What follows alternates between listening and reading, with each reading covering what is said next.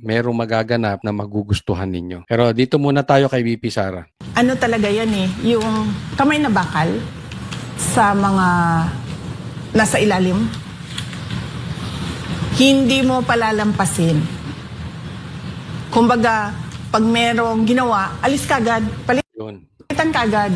Dapat ganun. Alam nyo, sa ibang bansa, pag may ginawa at nahuli, sila mismo nagre-resign. Diba? Dito sa Pilipinas, nahuli mo na yung ginagawa, nabigayan ng maleta, 3 times a week. Hindi po to isolated case na nabigyan lang konti, na naambunan tong si senador ganito, naambunan si congressman ganito, nabigyan ganito, o pinanlibre lang nandito, pinanghotel, hindi ganun. This is in a regular basis. 3 times a week, male-maleta dinideliver kay Bongbong Marcos at kay Romualdez. Ibig sabihin, hindi to pa consuelo de bobo. Nabigyan ka lang ng reward dahil sa maganda mong ginawa. Kikil po ito. This is syndicate. Sindikato po itong mga ito. Niyari talaga tayo dito. Nabuking, imbis na mag-resign, walang niya yung mga congressman pinagtanggol pa. Walang niya yung mga senador. Yung Blue Ribbon Chairman, pinagtatanggol pa. Yung Senate President, pinagtatanggol pa. Di umano. Imbis na nililitis, imbis na iniimbestigahan. Sabi ko nga, hindi naman yan tsamba na nangyari lang one time eh. Pinagbigyan lang. O sige, yan, mabigyan ka man lang. O pamasko.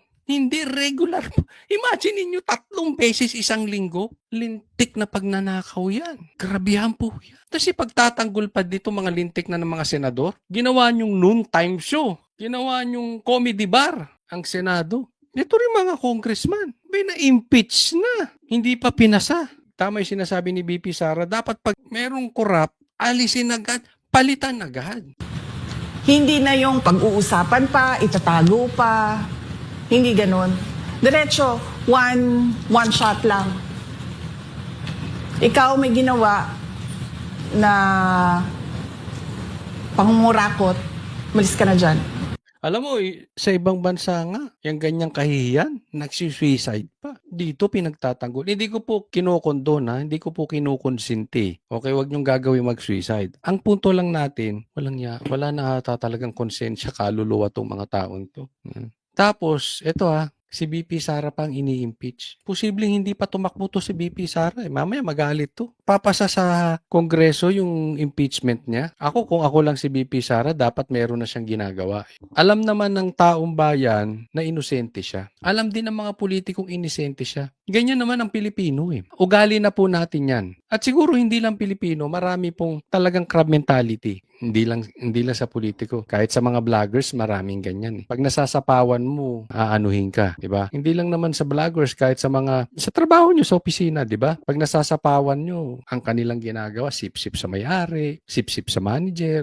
Kasi hindi kanila kayang talunin sa trabaho. So tatalunin kanila sa sip-sip, 'di ba? So alam naman natin inosente si Sara. Pero dapat sana mayroon na siyang gawin na nahakbang na kasi napaka-importanting makatakbo talaga si VP Sara. Paano kung na-impeach? Hindi na po ito pwedeng tumakbo kahit barangay captain. In any position, elected position, hindi na po siya pwedeng tumakbo. Ganun po katindi yung impeachment. Ganyan po yung ginagawa sa kanya. Wag naman sana siya magsawa. Baka posibleng hindi pa to tumakbo sa 2028 dahil baka mapagod. VP Sara, sana hindi ka talaga mapagod. No? But so far, so good. Kasi ngayon nagbabanta pa siya eh. Kikita nyo, eto, aasahan nyo. Asahan nyo to. Kayong mga korap, tapos kayo. Itong sinasabi ni VP Sara, gagawin niya to pag naging presidente. Kaya namang gusto ng taong bayan si VP Sara. Sana lang, she will keep fighting. Huwag niya lang iasa doon sa mga senador. Huwag niya lang iasa doon sa mga congressman. Wala namang masama doon. Inosente naman siya talaga eh. Ganon. Hindi siya dapat patawarin, hindi siya dapat pinapabayaan, at hindi siya dapat na hindi pinapansin. Na kumbaga parang wala lang. Yun ang naging problema natin sa... Hindi nyo napansin. Ako, ilang taon na ako. Parang nasanay na tayo sa mga kaedad ko at mas matanda pa sa akin, di ba? Ilang presidente na dumaan sa atin. Ilang politiko na dumaan sa atin. Nasanay na tayo na normal lang kurakot. Pag ang isang politiko hindi kurakot, nagugulat pa tayo. Baligtad dapat eh. Nagugulat tayo pagka kurakot ang opisyal. Hindi, sa atin hindi. Normal. Normal ang kurakot. Abnormal ka pag matino ka. Ganun ang nangyayari. nangyari. Yan yung sinasabi niya, hindi dapat patawarin, hindi dapat pansinin. Bakit? Cancer po nangyari sa Pilipinas. Naging part of life. Para naging parte na ng ugali ng Pilipino. Pag ikaw nakaangat sa buhay at kaya mo manggulang, dapat lang. Bibigyan ko kayo ng pagkakataon na mga halimbawa lang. Wag po kayo magagalit. Pero minsan nadidinig ko to eh. Minsan, merong mga bata dyan magkukwento. Tay!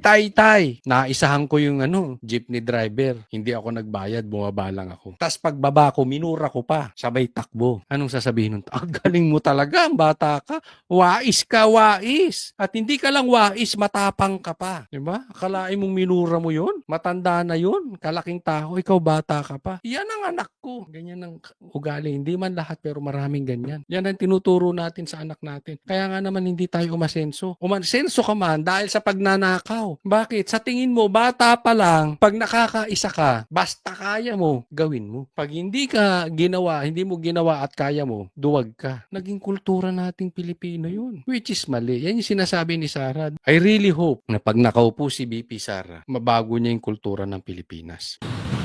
Dapat, pag merong nangyari, palitan nyo yan. Ano talaga yun?